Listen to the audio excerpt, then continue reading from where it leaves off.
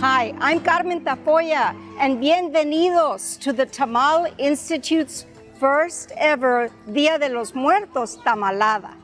You know, when the Tamal Institute, and it is Tamal, for those of you who don't speak Spanish, tamales is plural, and tamal is the formal, correct, singular. But there's a whole lot of singular things about tamales. Unique, wonderful, and historical. Now, you wouldn't guess about the singular by the way my cousin Chencho puts them down by the dozen, but actually, tamales are the first fast food on this continent, and they may be the first fully balanced meal produced on this continent approximately 7,000 years ago. And tamales are a lot more than a food item. They represent so much meaning to our cultural heritage. In fact, so much so that my friend Ellen Clark and I put together a book called Tamales, Comadres, and the Meaning of Civilization. Because when you look at it, in order to make tamales, you don't do it alone. You need collaboration between a whole bunch of comadres and padres and the kids and the abuelos and everybody who's willing to take part in this communal effort to provide food that fits a variety of settings.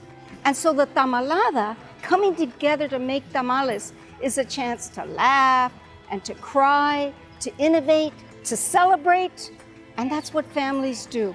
They invite over all the friends and they make so many dozens of tamales that everybody gets to take some home.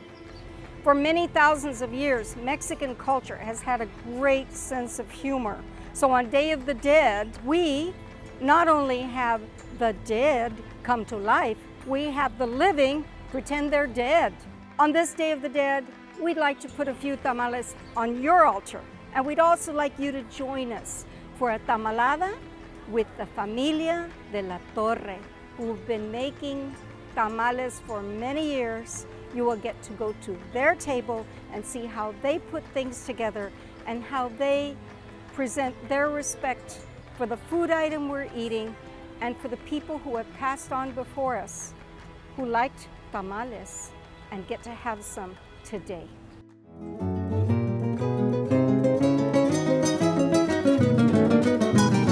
Good morning, my name is Ada. And my name is Sabrina, and we're here this morning to teach you how to make tamales. We've got our brother, Jesus de la Torre, in Jamestown, Rhode Island. He can't be here with us because he's living there now. And so we're gonna teach you how to make the tamales, starting with a masa from a recipe that our mom, Leonor de la Torre, left for us. Ada? Jesus, take it away. Tamal, tamal, tamalito. You taste so, rico, all wrapped up like a little regalito. And you are exactly that, a gift from our ancient past, from Olmec to Toltec to Aztec to us. This tradition is now in your trust. So don't mess it up and keep it up. Today, we're going to be talking to you about Dia de los Muertos and tamales, why they're so important, how to make them. No ofrenda is complete without them. And the ofrenda here for our parents, Jesus and Leonor, will have these yummy tamales that you'll learn how to make today. Thanks, Adam, Sabrina. Take it away. All right, so we're gonna start off with the masa. We have, you get about 3 to 5 pounds of masa, and we get this at a molino. What you do is you ask for like fina or quebrada, whatever they have there. This one is quebrada. So what you're gonna do is you're gonna crumble it up into little pieces to start off. It's nice and warm. Just tiny little pieces to get it going, and because what we're gonna do is we're going to knead it. So when you're talking about quebrada and fina, what is the difference to you? So to me, quebrada might have some pieces of corn, or it's a little coarser. And the fina, of course, is much finer and easier sometimes to work with. It just depends on what your preference is. We typically use the quebrada because we like the texture. It kind of reminds us of what it's made of, so it goes well with what we do. All right, so after you break this up, we're gonna add 2 tablespoons of salt and a 1/4 teaspoon of baking powder. Just throw it all in there. Now you can use more salt. It depends on what you like. Some people like it very salty. We don't. I'm not a big salt person. Others also have added chile to it, but we don't. So this is what our mother has taught us. So you're gonna mix it all up, blend it in there. And if we were to put chile, what would that do to the masa? Does Turns it make it spicy? It turns it red, not really spicy, just gives it a different color, which we normally just use this. All right, so to this, we're gonna add about 1 pound of lard. Yes, lard. We Yes. use manteca. Yes. Now you can use other things. Our brother Jesus has used olive oil and other things. I don't know what other things, but Well, one time our mom made it with oil because she decided that she was gonna watch her cholesterol intake. Yeah, it was not the same thing, so. All right, so you're gonna need this in here. It's quite messy. And the secret to this, whoever starts making the masa has to finish it. So you can't put somebody else's hands in there because it's not the same thing. Everybody's hands are different. and everyone's energy is different. And that's really when you think about a tamalada, which is what this would be called, is getting a group of people together and then everyone doing something, right? But everyone's energy is going to be different. We all bring something different to the table, right? To the tamales. And so for us, our tradition is if you start, you finish, whether it's 3 pounds, 5 pounds, 25 pounds of masa, it doesn't matter. Yeah. You started it, you finish it. And it can take anywhere from sometimes 20 minutes it's been to 45 minutes doing this, kneading the masa. All right, so you'll see that the masa starts getting really, really sticky and it will be all over the place. It's good for the cuticles, by the way, the lard is. You just keep kneading it, keep kneading it. So our mother taught us this trick, right, on how to check to see if the masa's ready.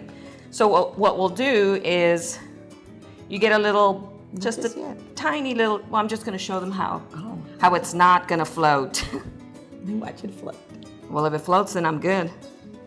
So you get a cup of water and you drop a little pea size of the masa. And if it floats up to the top of the water, then it's ready, but this one is not ready. Sabrina, you were talking about the tamalada and how it brings people together. And that's really, I think, why tamales are so important for Dia de los Muertos and any holiday. Tamales have been around for thousands of years, and they've always been a communal kind of food because it takes more than one person to make tamales. Well, you can make them alone, but it is no fun. But so a tamalada is a way of bringing people together. And that's exactly what happens on Dia de los Muertos. And that's why we use tamales for Dia de los Muertos. Because when we offer these tamales to our loved ones, we're bringing them back to us. And it's a party, right? So my mom and dad are going to be here. We're going to party with them. Sabrina and Ada will probably have a few beverages. Mom might get angry at them. Like, didn't you say mom was angry at you yet last night? Last night. Yes, she showed up last night. She let us know she was there. We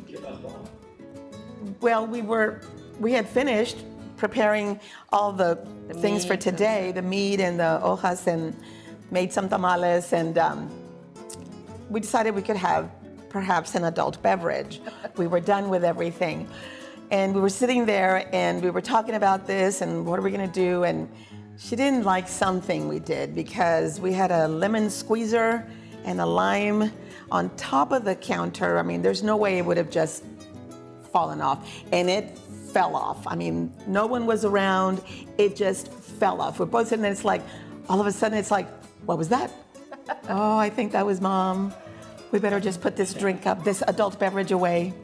All right. So while we're doing this, normally what we'll have is someone making the meat. So right here we have the shoulder with pork. a bone in. Yeah. It's the pork. You can do the pork with a bone in or boneless. It doesn't matter. I like the bone in because I think the bone imparts flavor, and I like that. So for example, like Ada just said, we've got that right there. We use that, we cut it up in small chunks, and we're gonna cook it in a pot. So just a pot like this, and you're just gonna put water in it. We're going to use different spices. We're gonna use salt and pepper. We're gonna use comino, clavos, which are cloves. We're gonna use bay leaves. We're gonna use an onion. You cut it up and you quarter it up. And we're going to put that in the pot with water with our meat. You want to cook it slow. You can rush it, but it just comes out tough. So you want to cook it slow, low and slow, as they say. Typically takes 3 hours, 3.5 hours to cook. And you can make a small batch, maybe like 6-7 pounds, or you can make a larger count. It's all up to you, of course. Once that is cooking, once that's cooking, you want to make sure that you've already started soaking your hojas, your leaves. We've got a floater. Yay! So that means the masa is ready to go. All right. So, which leads us right into the hojas. As you can see right next to Ada, right there at the right, we've got some corn husks. Now those are hard. They're very stiff. So what we need to do is we need to take those and we soak them. So you've been soaking these while you're working on your masa, and all that. You've soaked them. We typically put some kind of a cup or something on top to keep the hojas in the water, submerged, right? So these were super hard, just like those are that are right next to Ada. And now they're soft, they're pliable, right? And if you've never thought about it, and maybe you have, maybe you haven't, if you've never made tamales, you may not have thought. There's a smooth side of an hoja, of a shuck, and a rough side. When we're making the tamales and we're spreading, we're gonna use the smooth side. But we'll get to that in a minute. We're gonna just talk about a little bit more about what we're doing to prep for the meat. While the meat is cooking as well, you've got your hojas soaking, and then you've got to start making your chile. What's gonna give it some spice, what's gonna give it that red color to the meat. We use chile ancho, like this right here, and all this is the poblano pepper that's been dried, right? So we use that, and we use guajillo. This is guajillo. And you can find both of these at your grocery store in bulk. They're easy to find. So you're gonna take those chiles, you're gonna put them in a pot with water, and to that you're gonna add garlic, and I like to put, Some onions. Yeah, some onions. And I do like to put a little bit of comino in there because I am about the comino. So what you do is you take the seeds out while you're boiling them, because you don't want a whole bunch of seeds in. And once they're done, you let them cool off. Mm-hmm. And what we'll do is we peel off, or we'll take off what we call the meat of the chile, right? So the skin, if you let it cool off enough, it'll come right off. So this is what you're gonna add to the blender. So this one is the chile ancho. And this one is easier to peel than the guajillo. The guajillo, sometimes you just cannot take that See how skin easy off. that peels off? And that's because they've already cooled down. If you can make it a day ahead, better, because then it peels right off. And you can do it to this one. This one also, you can just kind of like squeeze all the meat out if you want. And then get it all over. Get it all over. The It's a people messy around job. you. It's a messy job. All right, so once you're done with that, you're gonna add the meat, and sometimes you'll add the whole chile, right? If you can't take the whole skin I was off. gonna say that because if you take the meat off, the little meat off, and then you just put that in, sometimes it's not enough. So because the blenders nowadays are so awesome, you can just throw everything in there and it grinds it up so well. A food processor does really well. Yeah. Our food processor growing up was the molcajete. Yeah. So that's what we always used, was the molcajete. All right, so once we put it all in the blender, everything's mixed up. It doesn't quite come out like this. We've run it through, or Sabrina ran it through A little, a mesh and so strainer. Mm-hmm. it's very pureed, so it's really, looks like it could be baby food. Mm-hmm. And to this, you're gonna put in a frying pan with some oil, and you're gonna saute it for about 30 minutes or so, 20 minutes or so. Well, it depends on how much chile you put in there. And how much meat you have. Yeah. And so then you fry it up. I like it really fried up. And then once it's done, then, because your meat is now cooked, you've gone ahead, you've taken it out. And this is really, when you take your meat out, this is what it's gonna look like, right? Because you've cut it up in chunks, you've had it in the cooker for a while, so it's gonna pretty much fall apart, right? Yep. But you still have to end up shredding it. So, this is shredded. You can sort of see how it's been shredded. And that's the way we like it. We don't like huge chunks, we like shreds. You take those shreds, all that meat, and you put it into that pan with that chile that you've just fried up. Put it in. Remember, when you're doing this, you want to turn on your vent because, and you want to make sure that you're okay with your stove getting spatters everywhere because it's going to spatter everywhere. And so you want to have your vent on. You put the meat in, you stir it up, and you're going to let that sit in there for about 10 to 15 minutes, okay? Sometimes your chile might be a little waterier than other times. You want to just let it dry up a little bit. Once that's done, you take it out, and it's going to look like this. You can see, and I'm going to use my hands because that's what I do at home. When we're making tamales, you can see it's the same thing, it's just red now, right? And that's your pork. And you can use different things. We have some beans, we make a variety of tamales. One time I even made Spam tamales, Spam. The way I see it is if you can put anything into a corn tortilla, you can make a tamal out of it. So you just can make anything. All right. And that's how we came about one of our favorite tamales, right? My mom told me a story one time about how when they ran out of stuff, and she was telling me about grandmother, about abuelita, when they ran out of the filling, because sometimes you have more masa than filling, they ran out of the filling, grandmother would just say, well, we're just gonna make these tamales with nothing in it, tamales de nalgada. just wrap them up and eat them. Yeah. Just take your tamal. So, but the other thing was, one time we ran out of filling at home, and so Dad opened up the refrigerator, and what did he see? Cream cheese and jalapenos. And so we used cream cheese and jalapenos in tamales, and those are our favorite tamales, my favorite tamales now. And it just kind of just worked out that way. It evolved from desperation. That absolutely is one of the favorites, the jalapeno with the cream cheese. I mean, sometimes, that's all you want. It's a quicker way because you don't have to cook anything. But today we're doing the pork. All right. So now we're going to teach you how to spread the masa onto the hojas. Sabrina earlier indicated that there's a right way and a wrong way. I don't know if everybody does that, but that's what we do. So there's a shiny side and a dull side. So what you're going to do is you're going to tear a little piece off here and keep these little pieces because these will come in handy later. All right. So you're going to get the tamal, the hoja, with the back of the spoon. We like to use the bigger spoons because they're easier, and I usually put my index finger here. And we always compete as to who's the best spreader of masa. I'm gonna say I am, but. Well, that's what you're gonna say. This hoja's not very good, so I'm just gonna already put it out there, put a disclaimer out. They're doing it, they're spreading not in all directions, they're spreading in one direction. They're coming, you're gonna tell us.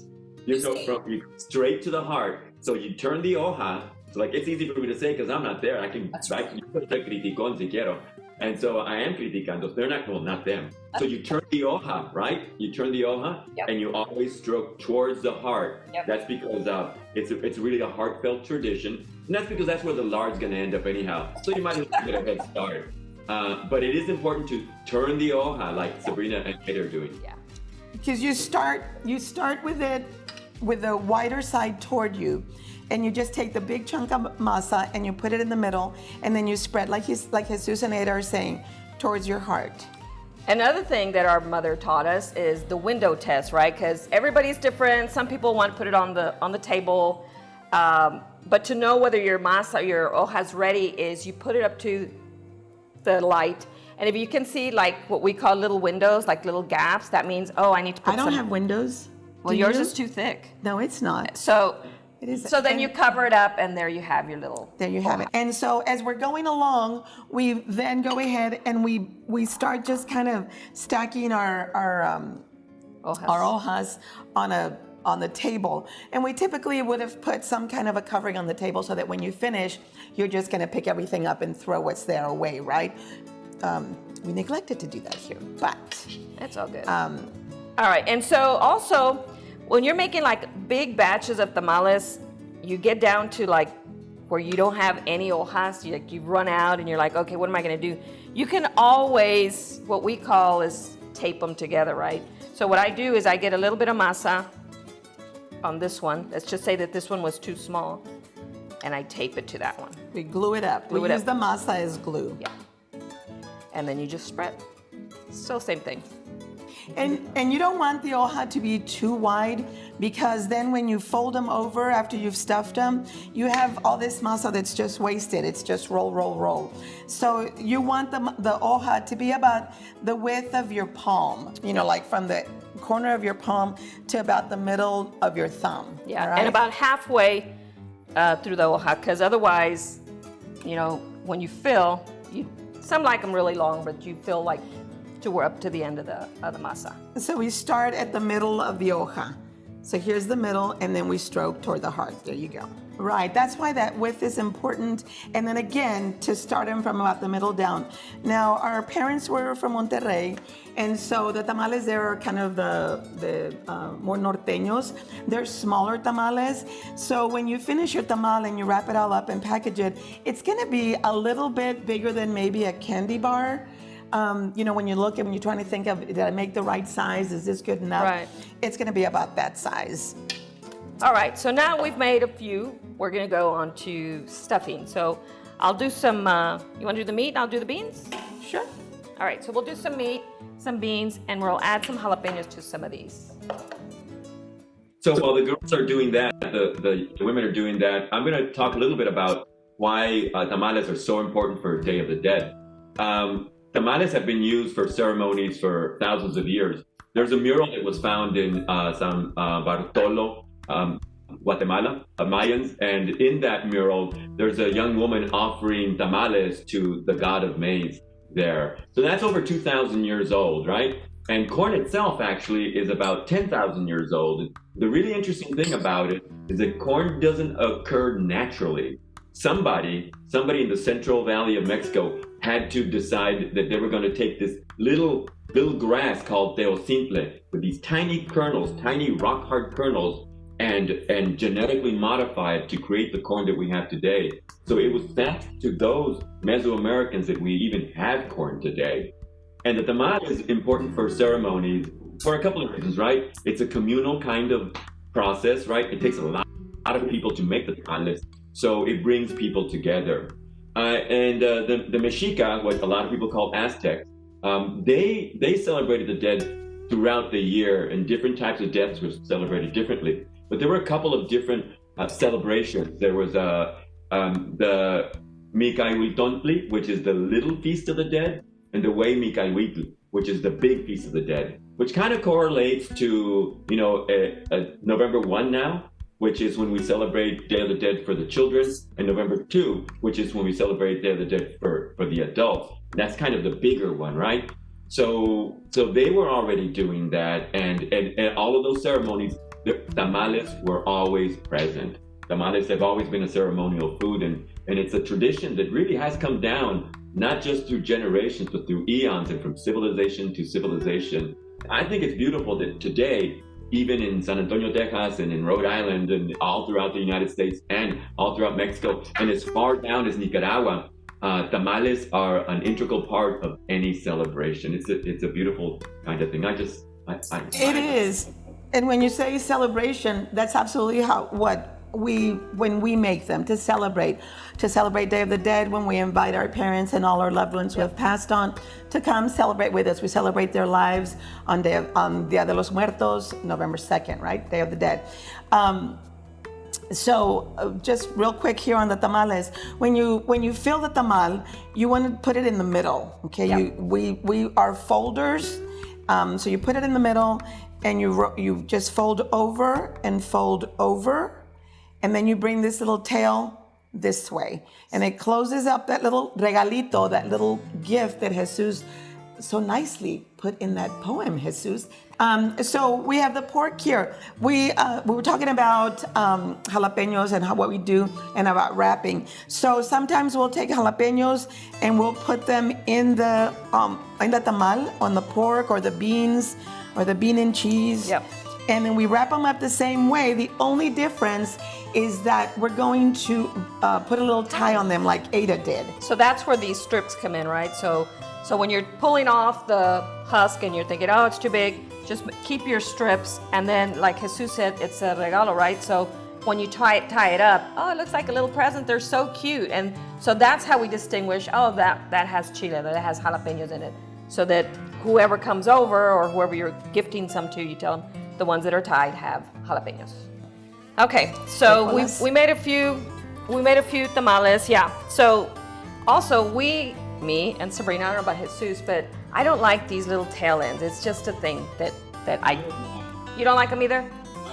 Oh, Oh, you don't mind? So what I do is I go around and I cut them because I just don't like these are okay. Oh, this one's a little bit too long, but these are okay. So we just cut them off because I don't like the tails. So next we're gonna put them in a pot to show you how we're gonna steam them. So there's different sizes of pots. Of course, this is a small one because we just did a small batch. And this is a steamer. It comes with this little plate. And it's got a fill line for water. So you can see that right here. So and usually it's about inside, right here. you can see it too. You fill it with water, put that on, and then sometimes we'll put like a cup or the molcajete, or rock. La mano. Yes, and we'll put it in the center just to hold it, for this instance we'll put this, just to hold the tamales in. So what you're gonna do then is you're gonna stack them. Put them around. Put some in there. Put your hand in there, sister. It's in there. And when you're stacking them, you want to stack because you're going to get all the way to the outside of the pot, right? So you want to make sure that this part of the tail end is up against the pot itself. And you want to make sure that the opening is to the top, because otherwise everything's going to pour out, right? The water, like I said, there's a water line in there, so you'll know how much to put in there. You don't want to put over that line because then they're going to get waterlogged, and yeah, it's just terrible. So they do go around. What we would traditionally do is use a dishcloth, a damp dishcloth, to put over the tamales when you're going to steam them. A white one. A white one, because yeah, we learned our lesson that dyes go into the tamales. So I started using paper towels, just white paper towels. It's easier, I can throw it away. Other thing we also learned is we used a dish towel one time, and well, you wash your dish towels with soap, and guess what the tamales taste like? Soap. So yeah, we've learned a lot of things along the way. All right, so you're just gonna cover your tamales, right, with the damp paper towel. You'll put the lid on, you'll put it on the stove. Put it on high. So you can get that water boiling, and you'll hear it boiling. Then once it's boiling, you turn it down and you set your timer, or you look. I usually put like a little sticky, and I put it on at 11:15, right? So I'll know. So then in about 2 hours, you check them. When they're done, you're gonna take them out. You're gonna take the lid off, and you're going to take your tamales out, and you let them sit for a little bit, right? Yep. Because let them rest. Let them rest. Let them think about themselves. Let them think about themselves. And once you thought, well, okay, they've been sitting there for like 10 minutes. I'm gonna go test one. Pull them out with some tongs. Don't use your hands. Pull them out with some tongs, lay them on your tabletop, and then see if they peel off as easily as this one just did. How did that one peel off, sister? Easily. Now you know that they're ready, right? When they peel off. Sometimes you might see them a little mushy at the top, and that's okay, because they'll end up drying up. Mm-hmm. We've also done it where if they're just a little bit not quite ready, like they're a little mushy, you put them in foil, you wrap them in the foil, and they'll continue to cook or steam in there, and you're good to go. And we typically wrap up a dozen, in each batch, a big piece of foil, wrap them up like when you go to the molino, or you go somewhere, when you go buy a barbacoa on Sunday morning. Sometimes if you buy it, they put it in a foil or in that butcher paper, and they wrap it all up. That's how we wrap the tamales.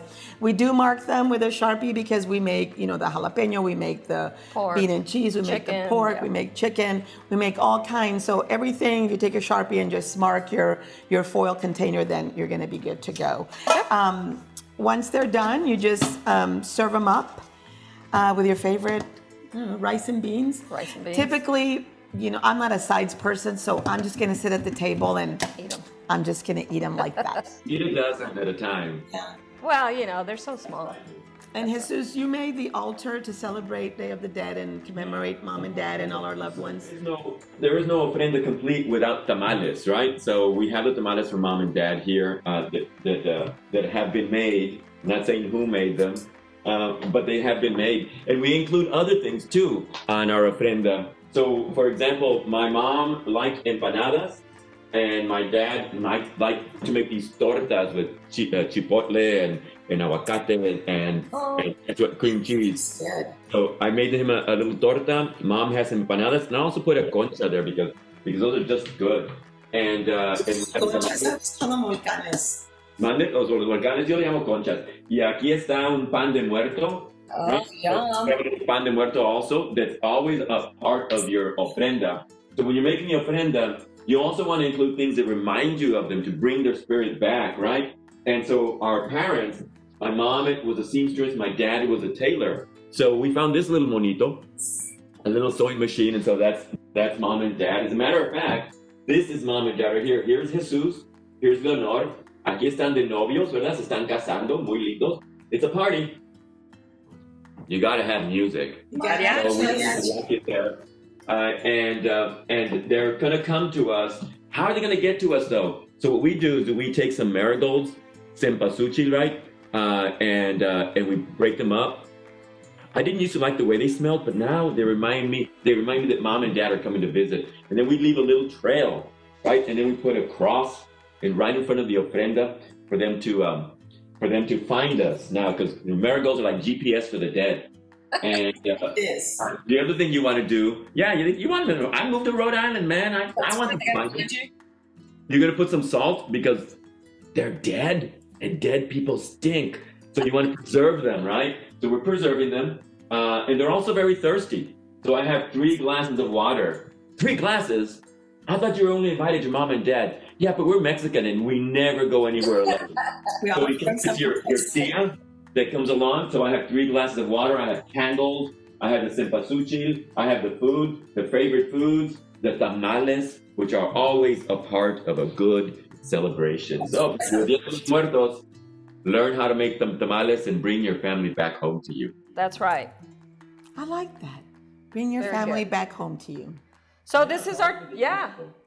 So this is our tradition taught to us by our mother, Leonor de la Torre. And we hope that you've enjoyed it and try to make those tamales. We're always around Colectivo Cultural. You can always reach out to us if you have any questions. We're happy to help. Adios.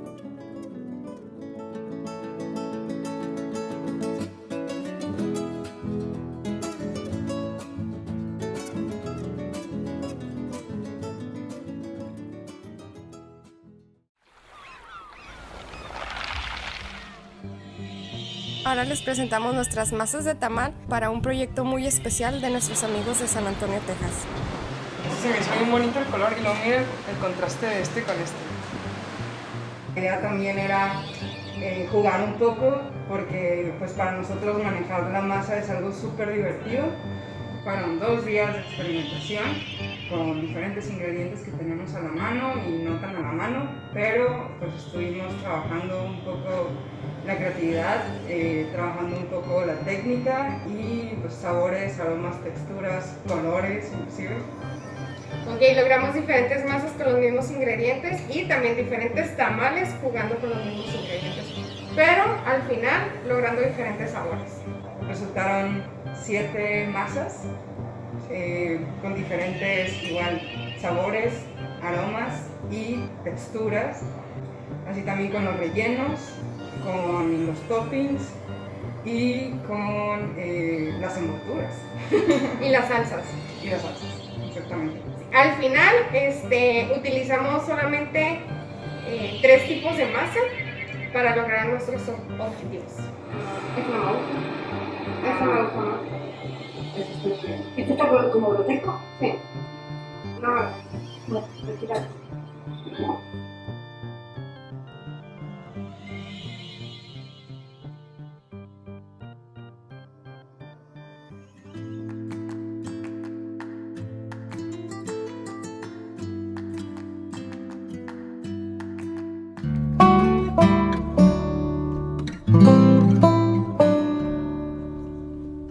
Durante la temporada de octubre y noviembre, Yucatán se prepara para celebrar el Janalpillán, o también conocido como comida de ánimas. Esta época tan especial de unión familiar y costumbres yucatecas anuncian la llegada de los tradicionalmente llamados mukbipollos, más conocidos como pip. Hoy, el chef David Cetina nos explicará más sobre su proceso y su significado en esta tradición. Hola, soy el chef David Cetina, orgulloso embajador de la cocina tradicional yucateca en el mundo. Y pues aquí hoy tuvimos la fortuna de preparar un pip, que es una comida ceremonial porque nosotros los yucatecos y toda la península de Yucatán festejamos el 31 de octubre, 1 y 2, para el Hanal Pichán. Hanal Pichán en maya quiere decir la comida de las ánimas. Y obviamente estos días para nosotros, sobre todo para los yucatecos, pues ofrendemos lo que mejor le gustaba, o la mejor comida, o el mejor trago, o el mejor pozole, horchata o jamaica le gustaba a nuestros difuntos. En honor a ellos montamos un altar y preparamos este delicioso guiso para festejar el Hanal Pichán. Para preparar el mugipollo o pipipollo o mukbilpollo, dependiendo de la zona de la península de Yucatán, necesitamos pollo, puerco, espelón, masa nixtamalizada, manteca de cerdo, jitomate, cebolla, chile dulce, hojas de epazote, necesitamos también hoja de plátano, y empezamos a guisar el pollo y el puerco en una olla con agua, le ponemos orégano, laurel, especies y empezamos a sancochar, empezamos a cocer. Una vez que ya está al término medio, le agregamos achiote que se vaya desliyendo con agua para darle sabor y color a nuestra consistencia de los guisos. Y obviamente una vez que ya tenemos cocido, empezamos a desmenuzar el pollo y el puerco. Posteriormente, ya nuestra masa nixtamalizada le vamos a agregar manteca de cerdo, sal y achiote desleído, y vamos a revolver muy bien la masa para que tenga una consistencia perfecta con manteca. Una vez que ya hemos revuelto toda la masa con todo lo que tiene, vamos a agarrar hojas de plátano y vamos a agarrar la masa, y con las manos vamos a empezar a formar una base redonda con una pared más o menos entre 5 centímetros. Una vez que ya tenemos la base, vamos a agregarle el col, que es el caldo del pollo y el puerco juntamente con el achiote y las especies y la cebolla y tomate y jitomate y todo eso. Le vamos a agregar masa para desleír y vamos a agregarle hasta espesar. Eso se llama col. Una vez que ya esté espeso nuestro col, le vamos a agregar a nuestra base de masa y posteriormente le vamos a poner el pollo y el puerco ya desmenuzado, rodajas de jitomate, cebolla, chile dulce o pimiento morrón verde, hojas de epazote, y lo vamos a tapar. Una vez que se tape, le vamos a agregar un poquito más de col para toda la base del mugipollo y lo vamos a envolver con la hoja de plátano, y con las vainas que salieron de las hojas lo vamos a amarrar. Posteriormente hacemos un hueco de aproximadamente 50 centímetros de profundidad por 1 metro de ancho. Una vez que ya tenemos las maderas, le vamos a agregar las piedras de tzintún y vamos a prender nuestras maderas. Aproximadamente debemos llegar a entre 800 a 900 grados centígrados, y obviamente la madera va a disminuir para que las piedras, ya que estén al rojo vivo, con una pala o con un palo extendemos para que posteriormente introduzcamos los mugipollos. Una vez que introducimos los mugipollos dentro del hueco, con una lámina vamos a tapar muy bien y le vamos a agregar en una pala la tierra que tenemos para totalmente dejarlo plano, para que no saque humo, porque al sacar humo pierde temperatura, y esto es como si fuera una olla express bajo tierra. Por eso se llama pip. Pip en maya quiere decir cocinado bajo tierra. Una vez que ya sacamos del hoyo el pip, que ya quedó doradito y todo, obviamente destapamos, le quitamos las hojas de plátano y en un cuchillo cortamos. Dependiendo si es redondo, se corta en 4 o en 6 pedazos, dependiendo cómo coman. Yo me como uno entero. Y obviamente se disfruta con un vaso de horchata, un vaso de cebada o un pozole, que es maíz nuevo, que es muy tradicional en estas fechas del Hanal Pichán. y obviamente ofrendemos un movipollo para nuestros difuntos en el altar que le tenemos. Hay que valorar mucho lo que tenemos, hay que valorar y continuar y preservar todas nuestras costumbres. Les invito a que visiten Mérida, Visit Mérida y disfruten de la gastronomía y de todo lo que tenemos aquí en esta ciudad blanca que es Mérida.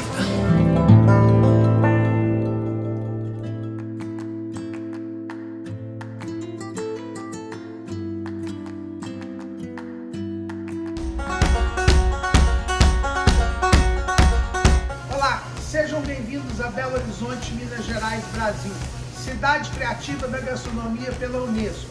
E eu, Flávio Trombino, recebo vocês aqui na cozinha do restaurante Chapuri, restaurante que existe há 33 anos, e eu estou muito honrado em poder participar dessa festa tão tradicional da nossa cidade parceira, Santo Antônio, nos Estados Unidos, para comemorar a festa do Los Muertos. E essa festa tão tradicional, eu não poderia deixar de fazer um prato nosso também tradicional, que é o feijão tropeiro. Comida de tropeiro. Tropeiros eram os homens que desbravaram e descobriram Minas Gerais. E essa comida de tropeiro é muito parecida com a de vocês. Leva feijão, linguiça, bacon, cebola, ovos. E eu vou fazer, em vez da farinha tradicional que é de mandioca, uma farinha feita por totopos, que é essas tortilhazinhas mexicanas de milho. Eu vou socar elas no pilão e vai ser às vezes a farinha. Vai dar uma farinha super crocante e um gosto todo especial. Aí nós vamos entrar com feijão cozido ao dente, já na nossa base frita com bacon, cebola, banha de porco e linguiça.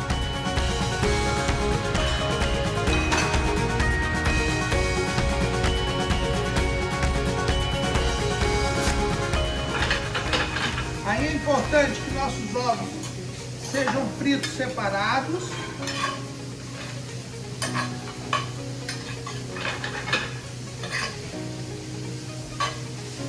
Mistura.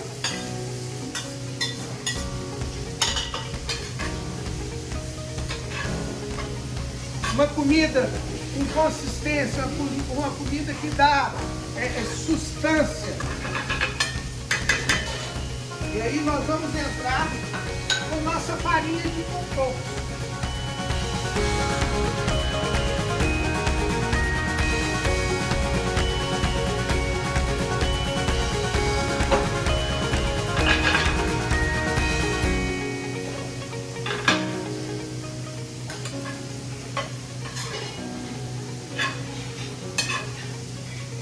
Cheiro verde.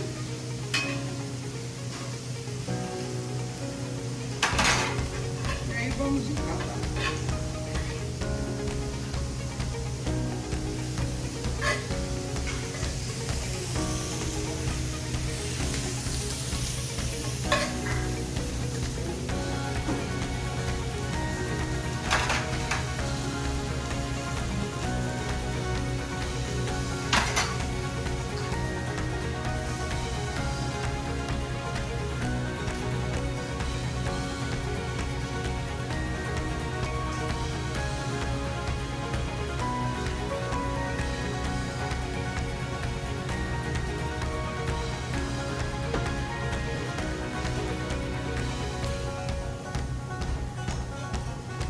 Bom apetite!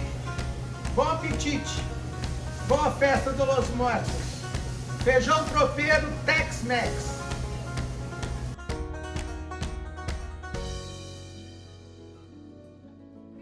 Now you've had a chance to be a part of the sacred making of tamales. And I'd like to share with you some of the memories that come from many different San Antonians about their favorite tamal or their favorite tamale making memory.